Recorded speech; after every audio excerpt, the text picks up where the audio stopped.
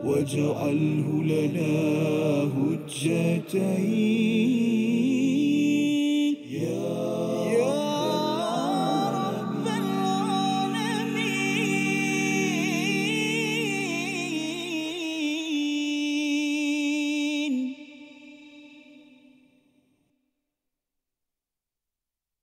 لبيك اللهم لبيك لبيك لا شريك لك لبيك إن الحمد والنعمة لك والملك لا شريك لك.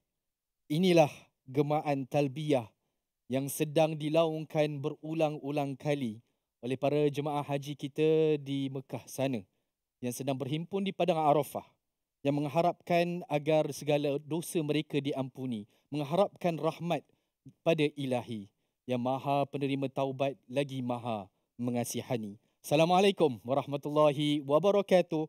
Salam 9 Zulhijjah dan salam kepada semua jemaah haji yang sedang menunaikan ibadah haji pada tahun ini. Dan Alhamdulillah anda semua bersama-sama dengan saya di dalam Arafah #Quran Hour 1446 Hijrah. Saya Zaim Zamri akan menemani anda semua untuk kita sama-sama sepanjang 1 jam ini berinteraksi dengan Al-Quran, mencari makna dan juga panduan bagaimana kita nak menghayati dan memaknai ibadah agung yang kita raikan setiap tahun ini. Hari ini kita bersiaran secara langsung dari studio My #Quran Time yang bertempat di kumpulan media Karangkraf Shah Alam untuk kita melangsungkan kempen tahunan kita iaitu Arafah #Quran Hour. Maka dengan semangat itu, hadirin sekalian, kita terus mengorak langkah dengan melaksanakan Arafah #Quran Hour pada kali ini yang dianjurkan pada kali yang ke-8. Alhamdulillah, mengambil inspirasi daripada salah satu rukun haji yang agung iaitu wukuf di Arafah. Menjadi sebagai satu simbol momentum perhimpunan terbesar umat Islam setiap tahun. Seiring dengan itu, Arafah #Quran Hour kali ini membawa agenda besar, kembali menyatukan hati dan saf umat ini melalui 2 surah utama, iaitu yang pertama surah Al-Hajj dan yang kedua adalah surah As-Saff dengan tajuk 5 formula membina karakter Duyufur Rahman. Gabungan 2 surah ini bukan kebetulan, sebaliknya ia adalah gandingan yang mantap dan signifikan kepada kita semua, menyuruh umat Islam yang menonton dan juga sidang hadirin bersama dengan kami pada ketika ini untuk bersatu atas dasar iman dan akhirnya berjuang bersama-sama membangkitkan semangat umat ini. Tanpa membuang masa lagi, ayuh bersama kita mulakan perjalanan membaca dan memahami mesej surah As-Saff dan surah Al-Hajj. Dengan lafaz Bismillahirrahmanirrahim, mari bersama dengan Arafah #Quran Hour 1446 Hijrah. 1. Kebangkitan. Bismillahirrahmanirrahim. Alhamdulillahi Rabbil Alamin. Ar-Rahmanir Rahim. Maliki Yawmiddin. Iyyaka na'budu wa iyyaka nasta'in. Ihdinas siratal mustaqim. صراط الذين أنعمت عليهم غير المغضوب عليهم ولا الضالين.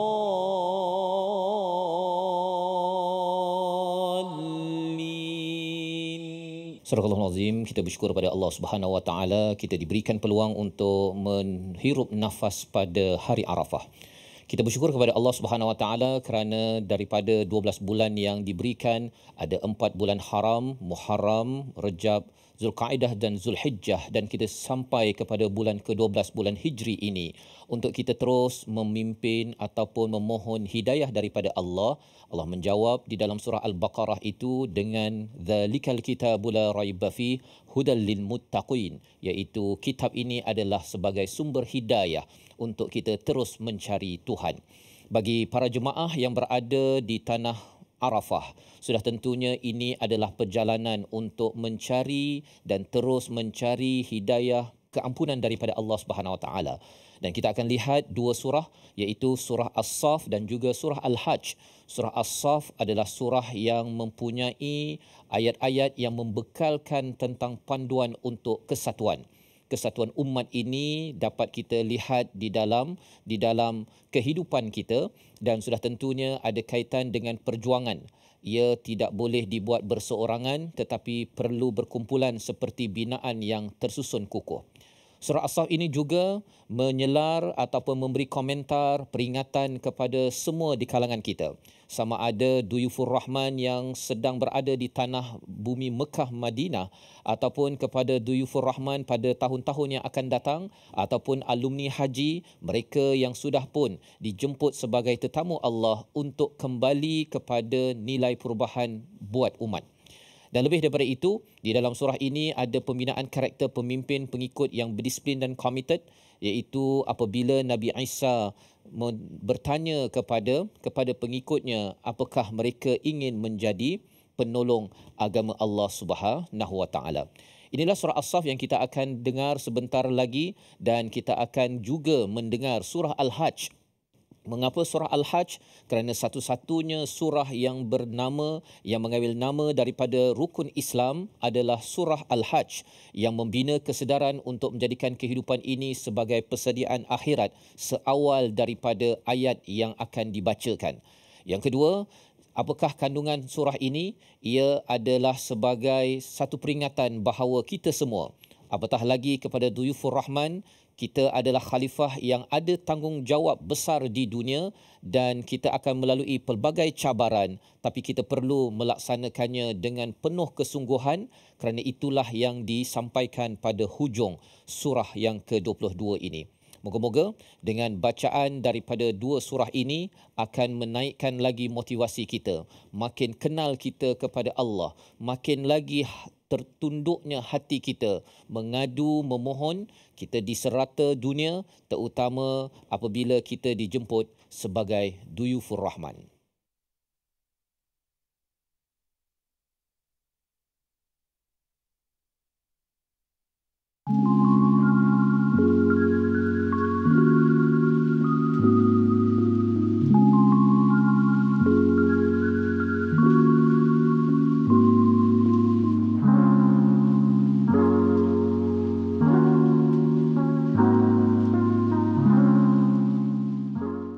واجعله لنا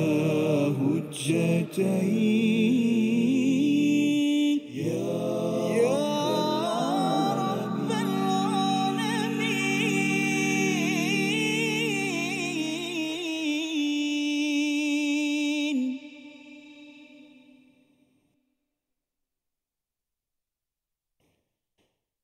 بسم الله الرحمن الرحيم. سبح لله ما في السماوات وما في الأرض وهو العزيز الحكيم. يا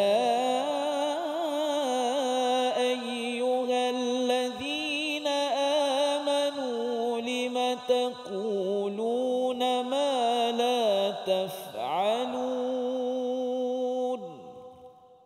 كبر مقتا عند الله أن تقولوا ما لا تفعلون.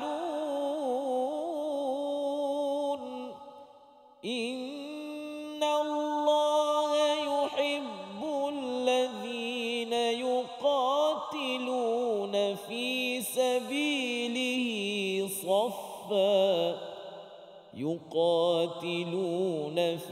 سبيله صفا كأنهم بنيان مرصوص. وإذ قال موسى لقومه يا قوم لم تؤذونني وقد تعلمون أني رسول الله إليكم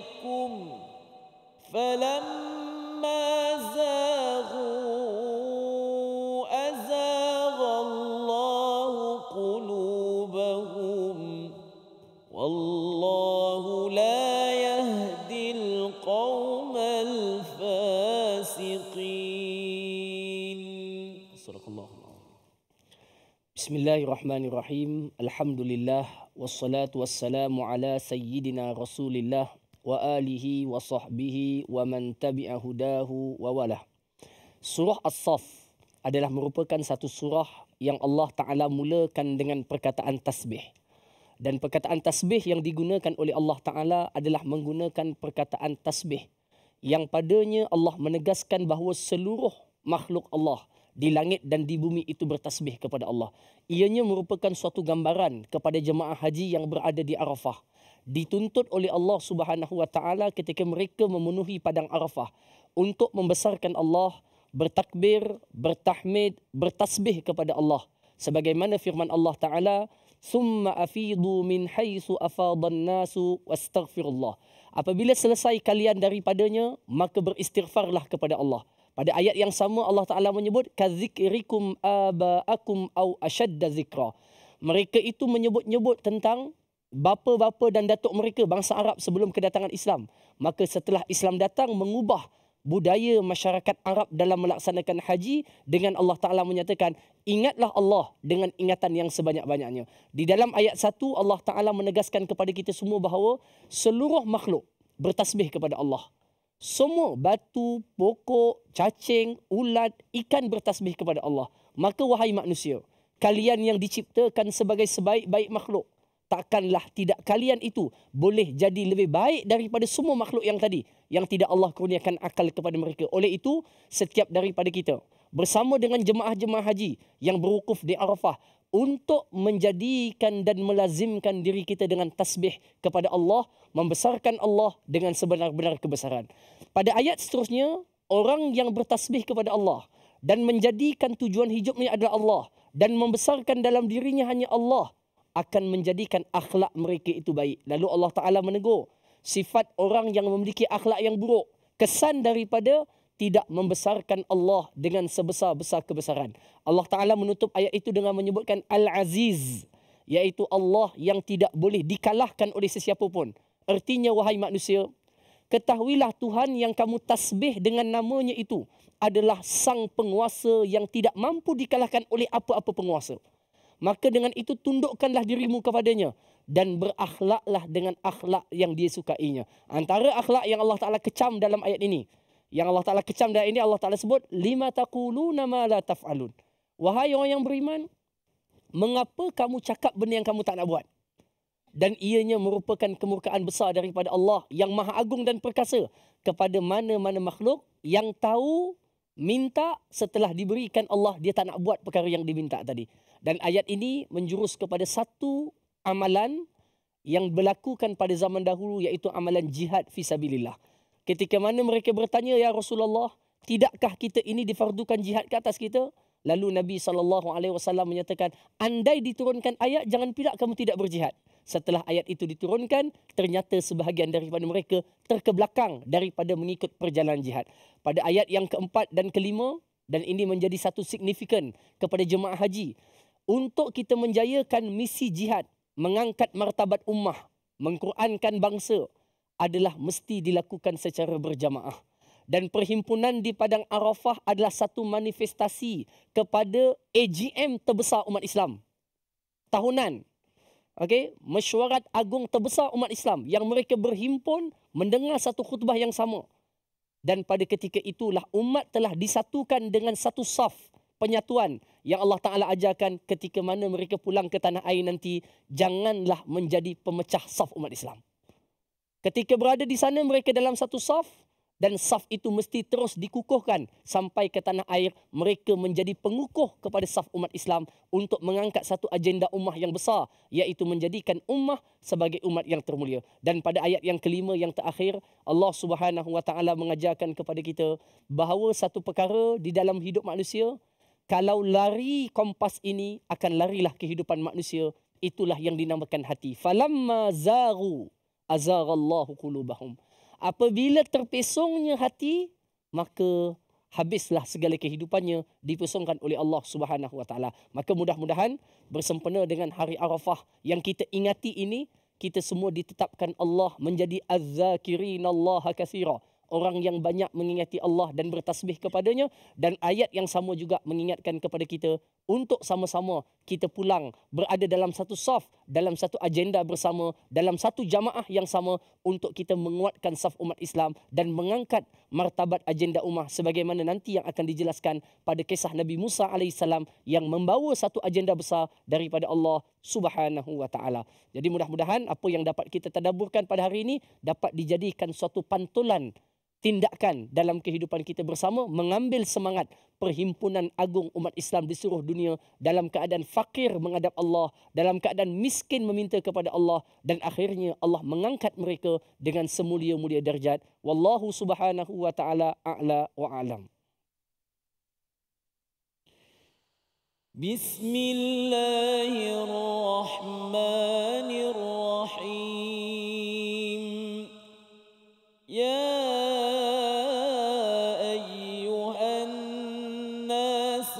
اتقوا ربكم إن زلزلة الساعة شيء عظيم يوم ترونها تذهل كل مرضعة عما أرضعت وتضع كل ذات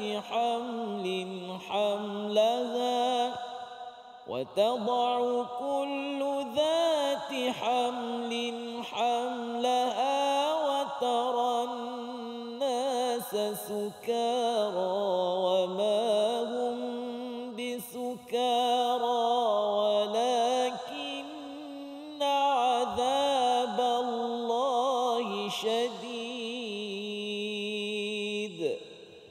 ومن الناس من يجادل في الله بغير علم ويتبع كل شيطان مريد كتب عليه أنه من تولاه فأنه يضله ويهديه إلى عذاب السعير.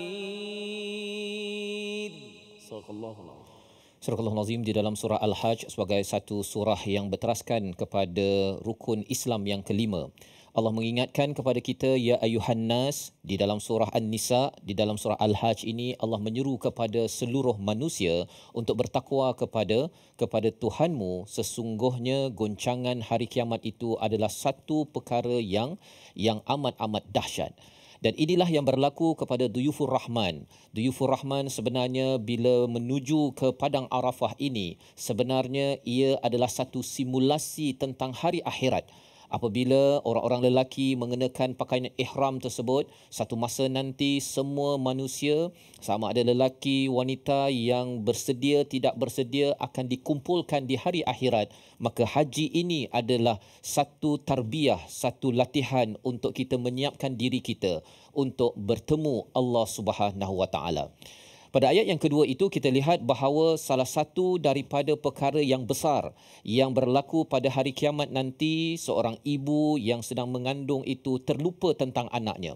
Yang sedang hamil itu mungkin gugur apa yang dibawanya. Kerana itu jugalah yang berlaku sebagaimana Sayyidatina Aisyah bertanya kepada Nabi SAW, iaitu apakah jihad? Kalau orang lelaki itu ada jihadnya, apakah jihad bagi golongan wanita? Maka jawapan daripada Nabi adalah amat mengejutkan, tetapi ia adalah sebagai satu panduan kepada kita semua, iaitu haj yang mabrur. Kerana seorang wanita, seorang ibu apabila pergi ke haj itu sebagai Duyufur Rahman, perlu meninggalkan rumahnya, perlu meninggalkan anaknya, perlu meninggalkan segala-galanya yang selama hari ini seorang wanita, seorang ibu itu akan selalu dekat dengan rumahnya. Maka ia akan menyayat hati, akan merobek kepada perasaan, tetapi itulah perjuangan bagi Duyufur Rahman. Dan bagi golongan lelaki, faham bahawa ianya tidak semudah itu untuk hadir sebagai Duyufur Rahman. Tetapi ini adalah latihan. Sama ada wanita ataupun lelaki, sama ada yang tua ataupun yang muda. Hadir bertemu Allah di Padang Arafah ini adalah satu simulasi suatu hari nanti. Kita pasti akan bertemu Allah, dijemput tidak dijemput, kita akan dikumpulkan di Padang Mahsyar. Dan pada waktu itu, apakah yang berlaku? Pada waktu itu, kita tidak lagi boleh membuat pilihan. Segala-galanya adalah berdasarkan ketentuan Allah.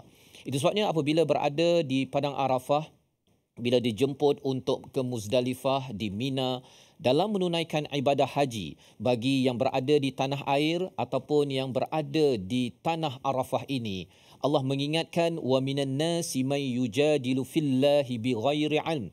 Daripada manusia itu ada yang bergaduh, yang berjidal, yang berbantah dengan Allah tanpa ilmu. Rupa-rupanya Allah menyelar kepada ada orang yang bila melihat basnya lambat, bila dia menyelar bahawa mungkin biliknya tidak selesa di Mekah, Madinah ataupun di kemah Arafah itu, sebenarnya tidak ada sesiapa yang ingin menjemput, hadir ke rumahnya, ke negaranya dan ingin memberikan sesuatu yang lambat, yang tidak selesa. Tetapi ini adalah ujian sebagai pelajaran kepada semua bakal duyufur Rahman. Kepada semua duyufur Rahman, jangan bergaduh dengan Allah. Jangan bergaduh dengan Allah, kerana orang yang suka bergaduh dengan Allah inilah yang akan bergaduh dengan travel agent, yang akan bergaduh dengan mutawif, yang akan bergaduh dengan sesama jemaah yang mengambil ruang. Dan dalam kaedah ini juga di seluruh dunia Allah mengajar pada hari Arafah ini, janganlah bergaduh dengan Allah dengan segala ujian yang hadir. Allah hadirkan ujian, Allah jadikan kita untuk menerima hakikat bahawa segala ujian itu untuk kita berdamai dengan Allah.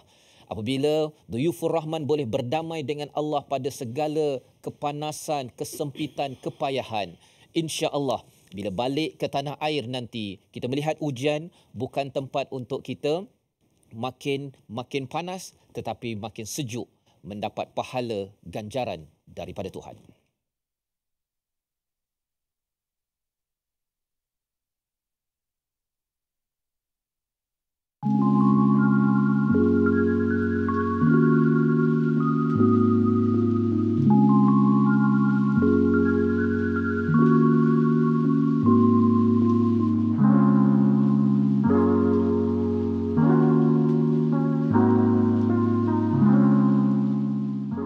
واجعله لنا هجتين يا رب العالمين.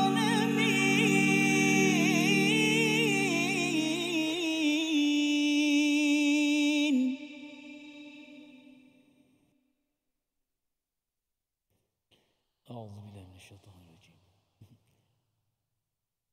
وإذ قال عيسى ابن مريم يا بني إسرائيل إني رسول الله إليكم مصدقا لما بين يدي من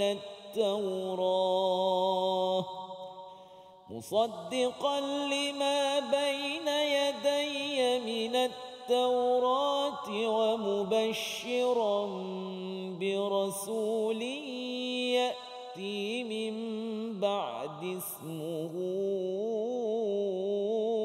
أحمد فلما جاءهم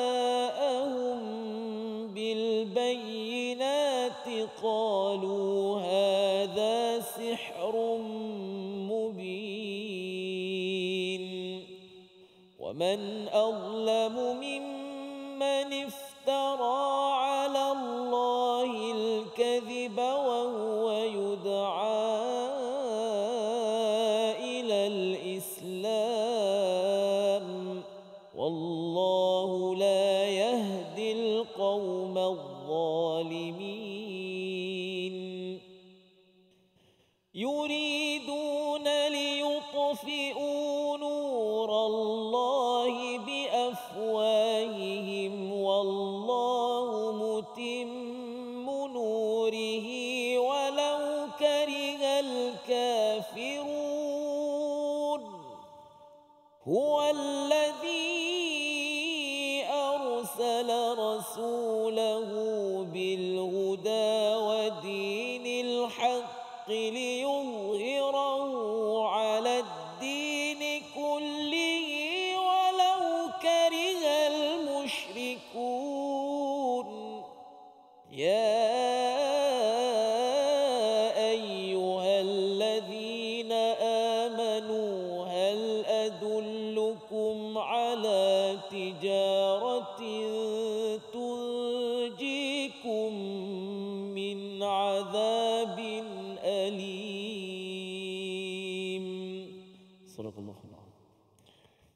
Bismillahirrahmanirrahim. Surah As-Saff pada ayat yang ke-6, Allah Subhanahu wa taala membawa kita semua untuk memahami dan menghayati bahawa risalah yang dibawa oleh Nabi Muhammad sallallahu alaihi wasallam bukanlah dimulakan oleh baginda, tetapi ianya merupakan rintis daripada apa yang telah dimulakan oleh para nabi sebelumnya, sebagaimana Nabi Allah Musa alaihissalam yang dibawa oleh Nabi Isa alaihissalam dan membenarkan keseluruhan yang dibawa oleh para nabi sebelumnya. Maka ini memberikan suatu pelajaran kepada kita bahawa Arafah dan haji yang dilakukan oleh umat Islam pada hari ini juga adalah merupakan tinggalan warisan syariat yang dilakukan oleh para nabi sebelumnya, khasnya Nabi Allah Ibrahim alaihissalam dan juga anaknya Nabi Allah Ismail alaihissalam.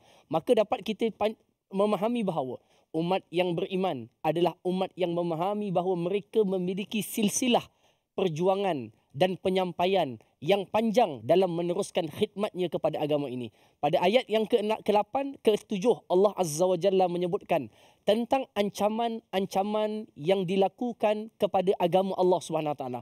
Menjadi tabiat, kalau kita lihat pada ayat pertama disebutkan Allah itu maha perkasa, tak ada siapa yang boleh mengalahkan dia. Tetapi Allah dengan kehendaknya menghendaki bahawa agama ini akan ada musuh yang memusuhinya dan dia tidak akan mampu memudaratkan Allah. Maka musuh ini untuk Allah Ta'ala tampilkan hamba-hambanya untuk menjadi pendukung dan penjaga kepada agama tersebut supaya mereka mendapat kedudukan yang tinggi di sisi Allah sebagai syuhada, sebagai orang yang berjalan dan berjuang di jalan Allah SWT. Pada ayat yang ke-7 Allah Ta'ala memberikan suatu gambaran kepada kita bahawa agama ini akan ada musuh yang menginginkan keburukan kepadanya. Sebagaimana jamaah haji yang berhati-hati terhadap pakaian ihram, terhadap perkara yang dilarang ketika ihram, seperti memakai minyak wangi, seperti mencukur bulu, seperti memakai pakaian yang berjahit. Sebagaimana mereka sensitif terhadap pakaian yang membatalkan ketika mereka ihram, begitulah umat yang beriman perlu sensitif terhadap apa yang sedang berlaku kepada agamanya. Inilah yang diajarkan Allah dalam perhimpunan Hari Arafah, bahawa setiap umat adalah satu, mereka seperti satu jasad. Mana-mana di kalangan umat Islam daripada mana-mana benua, mana-mana daerah yang ditimpa bala, bencana, sakit dan perang, kesakitan itu turut kita rasai. Dan pada ayat yang ke-8 Allah Subhanahu wa taala menyebutkan kepada kita apapun usaha yang dilakukan, yang akan memenangi pertarungan itu adalah siapa yang bersama dengan Allah. Kembali kepada tasbih tadi. Yang akan menang adalah siapa yang bersama dengan Allah, yang ikhlas kepada Allah. Merekalah yang akan berada dalam saf yang akan mengangkat nilai agama Allah untuk dijelmakan di atas muka bumi ini. Pada ayat yang ke-9 Allah Azza wa Jalla menyebutkan bahawa umat Islam bukan umat yang rendah kedudukannya, tetapi perhimpunan agung umat Islam di Arafah adalah lambang bahawa kita adalah pencatur dunia. Segala keputusan umat akan memberikan impak kepada dunia. Saya tertarik dengan apa yang pernah ditulis oleh Abul Hasan Ali An-Nadawi di dalam kitabnya Madza Khasiral Alam bin Hitatil Muslimin, dengan menyatakan bahawa kemunduran dunia adalah dengan kemunduran umat Islam, dan kemajuan dunia bertitik tolak kepada kemajuan umat Islam. Sejarah telah membuktikan dengan sejarah yang telah dilakak oleh Islam, dunia menumpang kemajuan tersebut. Maka dengan itu, ayuh umat yang melaksanakan haji, wahai seluruh umat Islam yang beriman dengan kefarduan haji, mari bersama-sama kita gandingkan kekuatan kita. Kita mesti menjadi umat yang maju kerana kita adalah penentu kepada keamanan dan kemajuan dunia dengan izin daripada Allah Subhanahu wa taala. Jalannya adalah pada ayat yang ke-10, wahai orang yang beriman, Allah menawarkan kepada kamu jalan kejayaan itu, iaitu dengan kamu berjuang di jalan Allah. Hidup bukan peribadi, tetapi hidup kita bersama dengan agama Allah Subhanahu wa taala. Mudah-mudahan Allah memasukkan kita semua dalam saf mengangkat kalimah Allah di atas muka bumi ini. Amin ya rabbal alamin.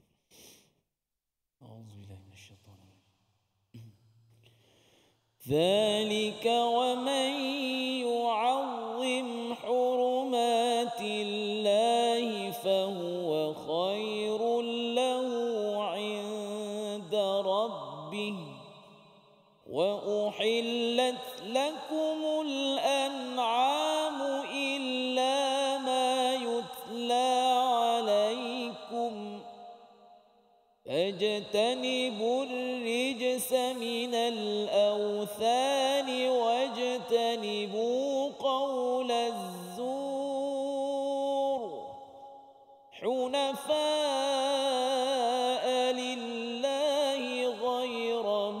مشركين به ومن يشرك بالله فكأنما خر من السماء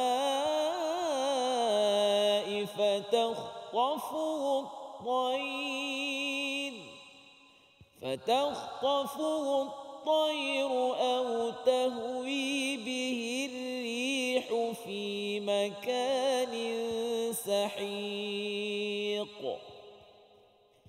ذلك ومن يعظم شعائر الله فإنها من تقوى القلوب لكم فيها منافع إلى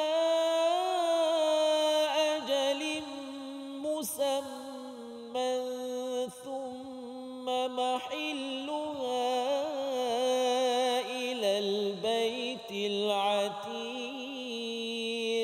صدق الله. Surah Al-Azim, kita telah bacaan daripada ayat yang ke-30 hingga 35 daripada surah Al-Hajj, mengingatkan kepada Duyufur Rahman, kepada semua tetamu-tetamu Allah, bahawa rupa-rupanya apabila kita menghargai kepada Baitul Atiq, itu adalah satu perkara yang amat-amat mulia, yang amat-amat penting. Dan apakah Baitul Atiq ini? Merujuk kepada Kaabah itu sendiri, dan sudah tentunya dia berkait dengan malaikat yang bertawaf di langit atas sana.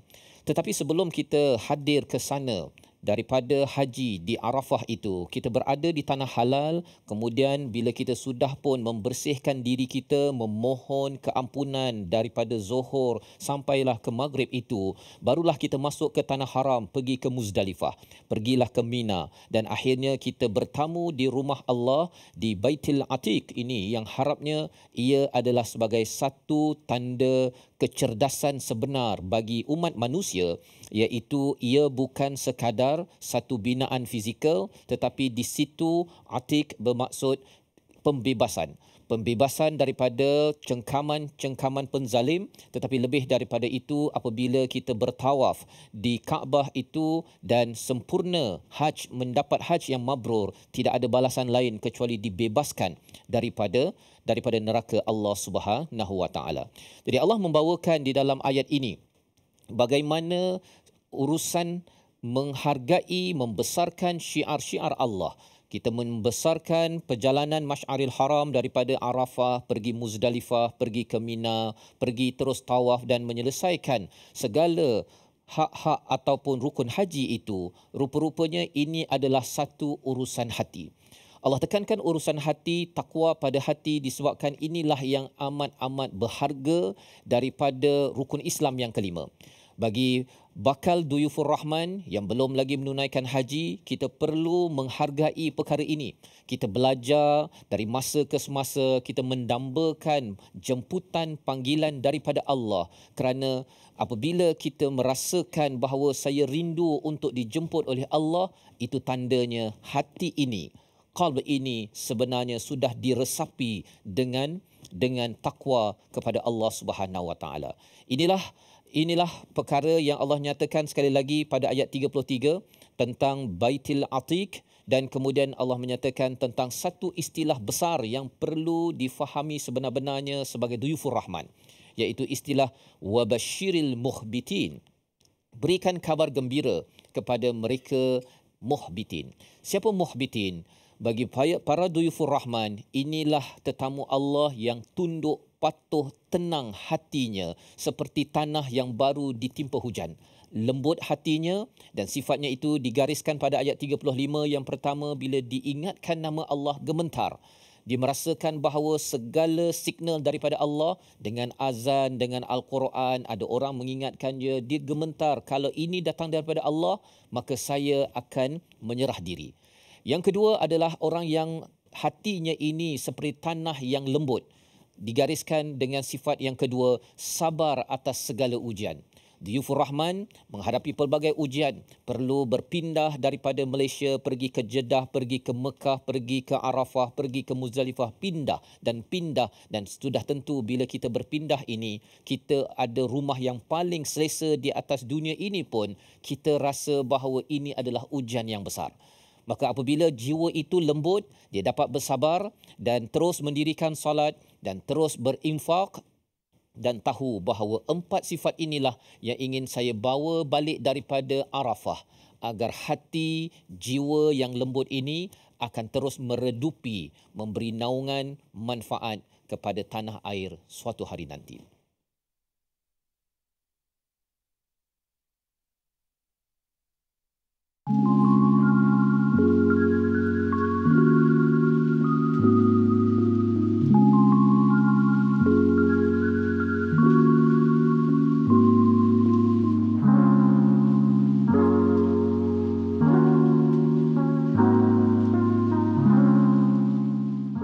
واجعله لنا هجتين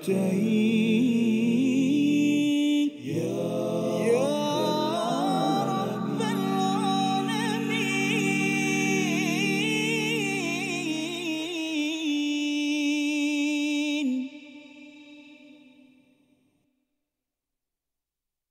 يا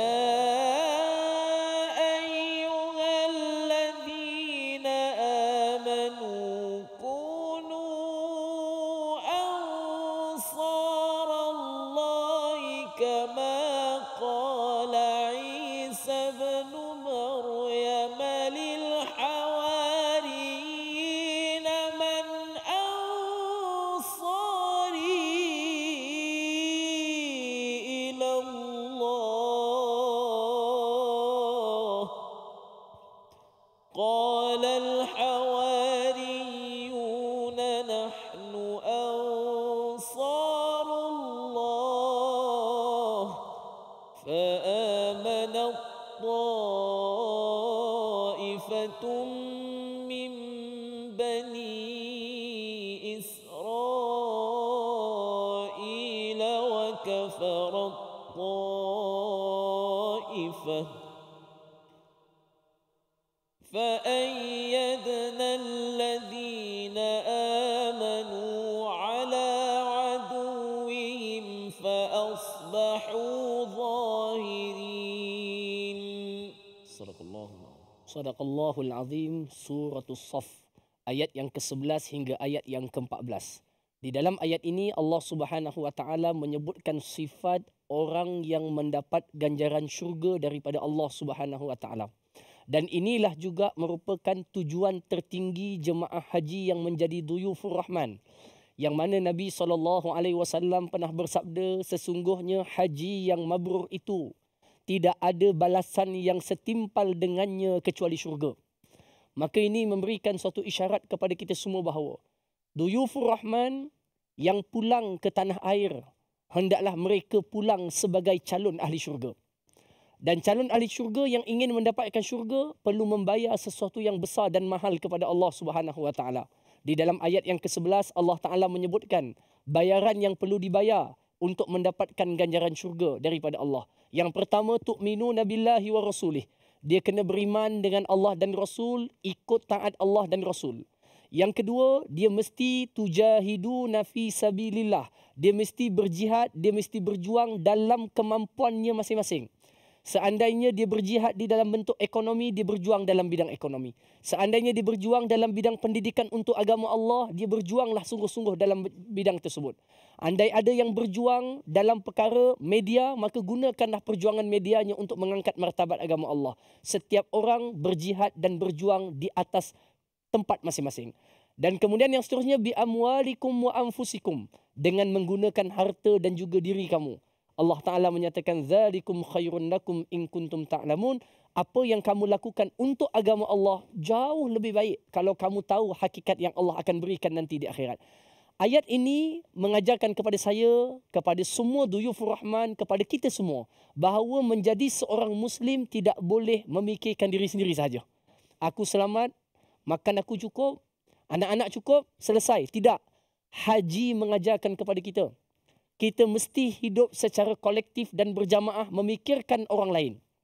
Dan mestilah kita semua pulang memikirkan tentang umat Islam, masalah umat Islam, dunia umat Islam, keadaan umat Islam, bagaimana kita boleh mengedepankan suatu khidmat agar kita dapat mengangkat kembali agama ini menjadi penaung untuk menyelamatkan seluruh umat daripada segala kacau bilau yang sedang kita lihat pada hari ini. Peperangan, penindasan, keadaan ekonomi yang tidak menentu, penyakit yang tersebar dan sebagainya. Semuanya ini tidak ada jalan penyelesaian melainkan kembali kepada Allah, iaitu kembali kepada agama Islam. Dan pada ayat yang seterusnya Allah Ta'ala menyebutkan orang Islam bukan hanya inginkan kejayaan akhirat. Itu impian kita yang tertinggi. Tetapi pada ayat ke-13 Allah Ta'ala sebut kemenangan di dunia, menjadi pencatur utama dunia adalah matlamat hidup umat Islam juga. Dan pada ayat yang ke-14 Allah Ta'ala menyuruh saya dan kita semua, pulanglah nanti ke tanah air, berada di tanah air, jadilah kita semua penolong-penolong agama Allah, berada dalam jalan Rasulullah sallallahu alaihi wasallam dalam memartabatkan agama ini. Siapa yang berkhidmat kepada agama Allah,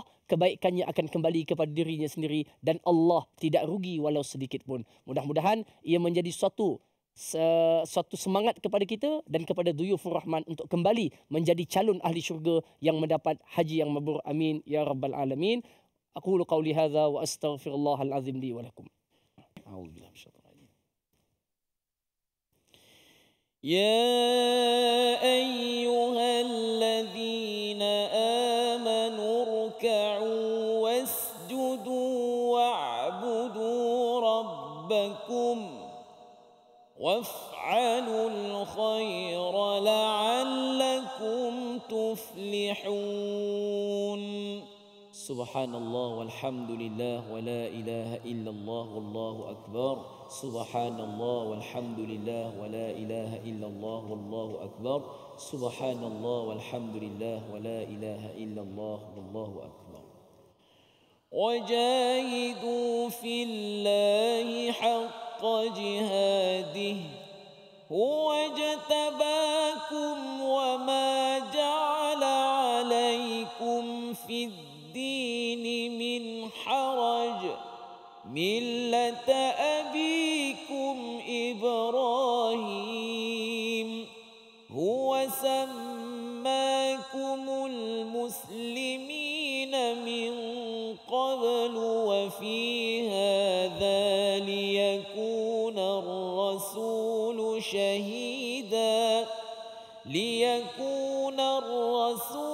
شهيدا عليكم وتكونوا شهداء على الناس فأقيموا الصلاة وآتوا الزكاة واعتصموا بالله هو مولاكم فنعم المولى ونعم النصير.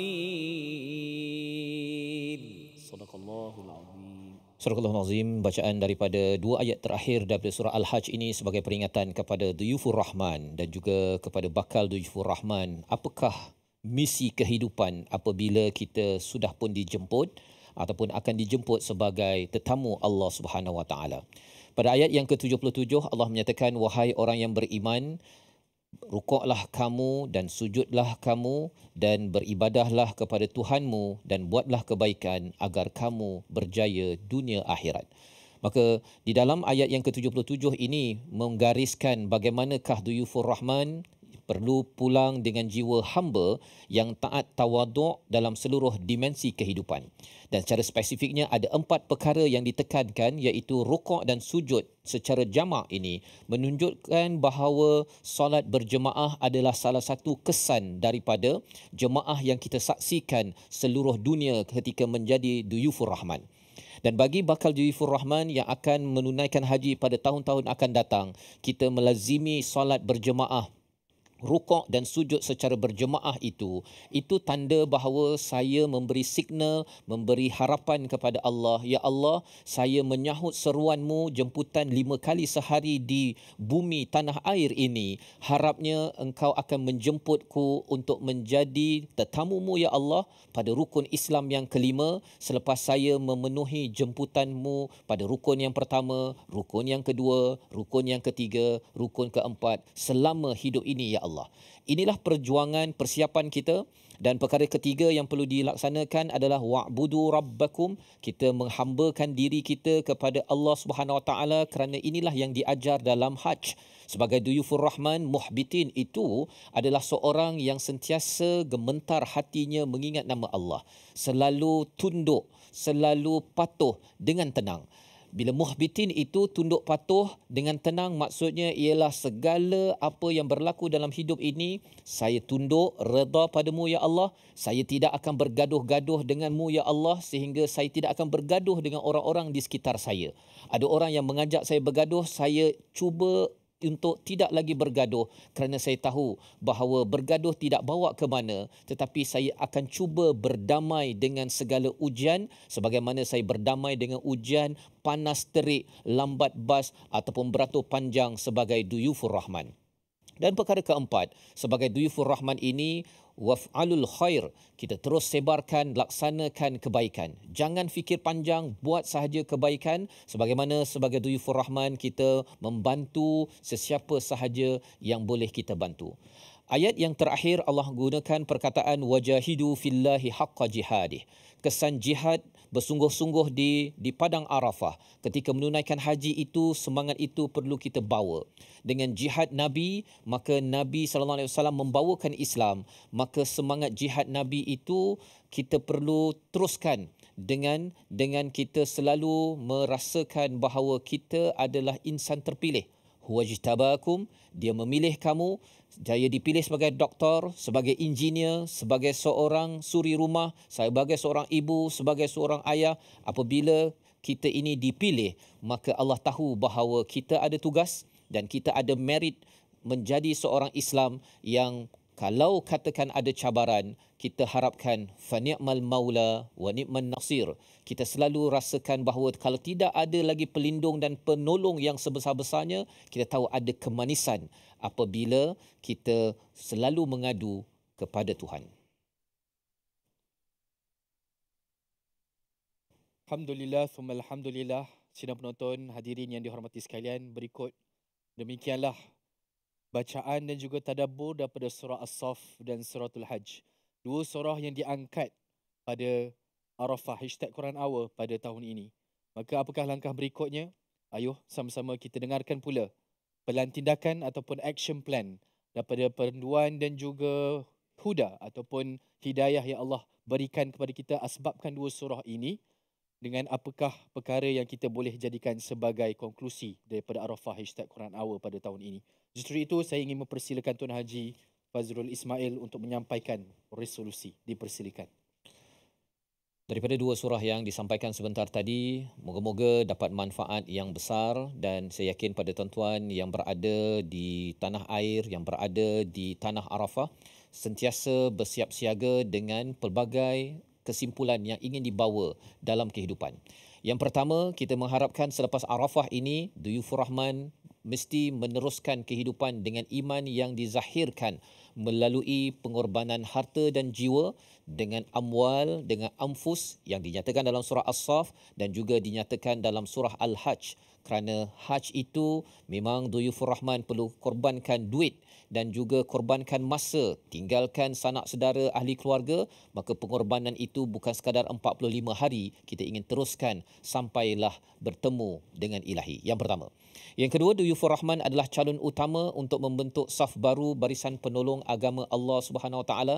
Kitalah yang menjadi hawariyun, yang akan menjadi penolong agama Allah, yang akan berstruktur dan sanggup berkorban sebenar-benarnya, kerana Allah tidak memerlukan kita, tetapi kita memerlukan Allah lantas kita akan sanggup buat apa sahaja, kita korbankan apa yang kita ada kerana kita tahu bahawa yang di sini tidak bermakna kecuali ia ditransfer ke akaun akhirat sana. Dan yang ketiga, kita tahu haji mengajar penghambaan mutlak. Istilah yang digunakan pada ayat 77 iaitu wa'budu rabbakum waf'alul khair la'allakum tuflihun. Kita terus menghambakan diri kita kepada Allah Subhanahu Wa Taala kerana kita harap dalam hidup kita ini kita akan merasai fa ni'mal maula wa ni'man nasir. Selalu kita ada ujian cabaran, kita harapkan Allah adalah pelindung yang paling best, yang paling nikmat berbanding dengan mengharapkan manusia. Ketika ada cabaran, kita perlukan pertolongan besar yang paling best adalah fa ni'man nasir daripada Allah Subhanahu Wa Taala. Perjalanan itu perlu kita cari, perlu kita terus mencari, dan moga-moga hari Arafah ini kita mengenali kepada Tuhan yang sentiasa memanggil kita menuju negeri abadi. Alhamdulillah, jazakallah khairan kathira kepada Tuan Haji Fazrul Ismail atas konklusi dan resolusi buat kita semua, khususnya kepada Duyufur Rahman. Harapan sungguhnya besar kepada kalian semua dan juga kepada kita semua, sama ada yang sudah maupun yang sedang masih menunggu untuk dipanggil oleh Allah SWT untuk menunaikan ibadah yang sangat besar ini. Sama-sama kita mengambil ibadah dan juga roh daripada haji dan juga panduan daripada dua surah ini dalam Arafah #Quran Hour. Moga dia membantu kita untuk terus merapatkan saf, terus menyebabkan kita semua berjihad dengan bersungguh-sungguh untuk menjadikan kalimah Allah yang tertinggi, insya-Allah. Hadirin yang dihormati sekalian, bacaan Al-Quran sudah pun bergema, tadabbur dan kefahaman sudah pun insya-Allah berbekas di hati dan jiwa kita. Ayuh sama-sama kita lanjutkan dengan kita sama-sama bacakan ikrar Arafah, tanda janji dan sumpah setia kita untuk mengamalkan isi Al-Quran yang telah dibaca. Oleh itu, para hadirin yang bersama-sama di dalam media ataupun dalam kompleks kita ketika ini, ayuh sama-sama kita berdiri dan kita letakkan tangan kanan di atas dada kiri dan sama-sama kita lafazkan bait-bait ikrar Arafah ini, insya-Allah. Saya akan bacakan, kemudian diharapkan para penonton yang juga sedia hadirin boleh mengikuti bacaan saya, insya-Allah. Bismillahirrahmanirrahim. Labbaik Allahumma labbaik. Labbaik la syarika lak labbaik. Innal hamda wan ni'mata lak wal mulk la syarika lak. Bahawasanya kami berhimpun pada hari Arafah yang agung ini, berdiri di hadapan-Mu ya Allah dengan penuh keinsafan, kerendahan hati dan harapan. Kami berikrar untuk menjadi hawariyun, iaitu penolong agama-Mu, demi mencapai cita-cita membina ummah berbudi dan penyayang, berpandukan prinsip berikut: menghayati lafaz talbiyah dan tasbih untuk menyamai rasa kehambaan dan menyuburkan taqwa dalam jiwa, membina karakter unggul melalui solat dalam saf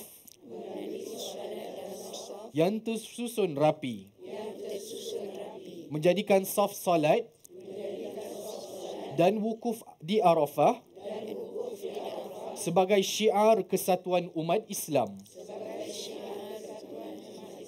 menjaga tutur kata dan bisikan hati agar menjadi umat yang berintegriti, menjadikan hikmah dan sabar sebagai pegangan agar selamat di dunia dan di akhirat.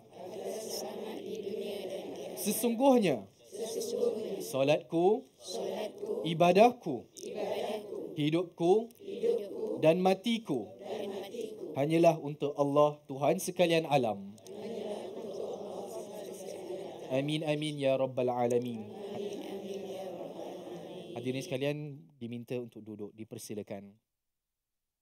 Sidang penonton, tuan-tuan puan-puan yang bersama dengan saya, alhamdulillah kita selesai dalam kita membaca mentadabbur seterusnya dengan ikrar lafaz janji untuk kita sama-sama terus bertindak hasil daripada panduan Al-Quran yang telah kita dengarkan. Maka pada hari ini kita nak teruskan dengan kita mengucapkan jutaan terima kasih kepada Yayasan Warisan Ummah Ikhlas sebagai penganjur utama Arafah #Quran Hour, dan terima kasih juga kepada Rumah Ngaji Sinar Harian, Kumpulan Media Karangkraf dan serta semua pihak yang terlibat secara langsung ataupun tidak langsung dalam menjayakan Arafah #Quran Hour pada kali ini. Jazakumullah khairan jazak.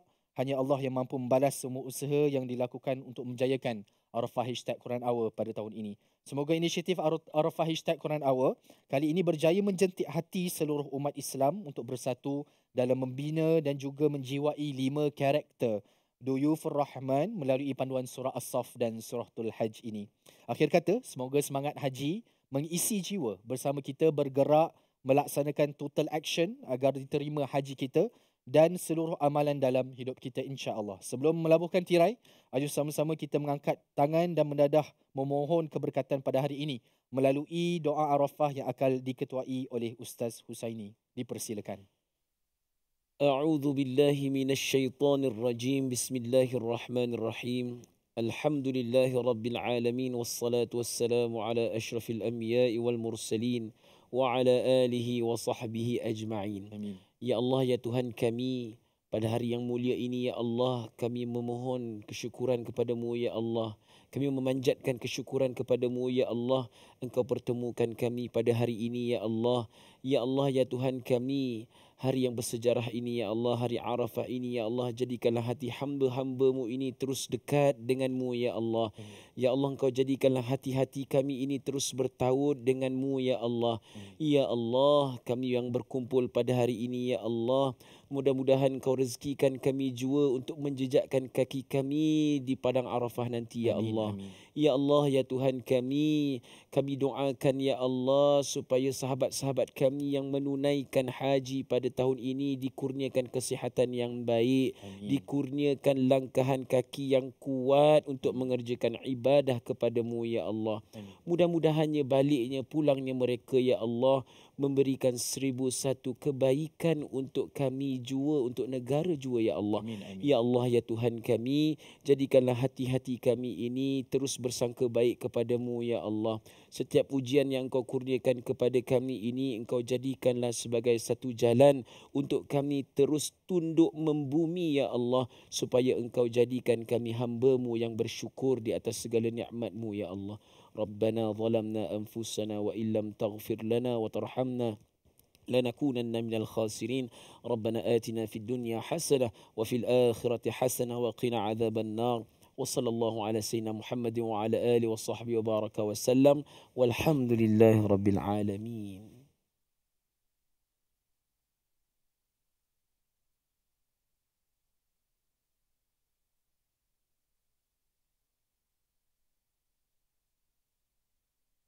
واجعله لنا هجتين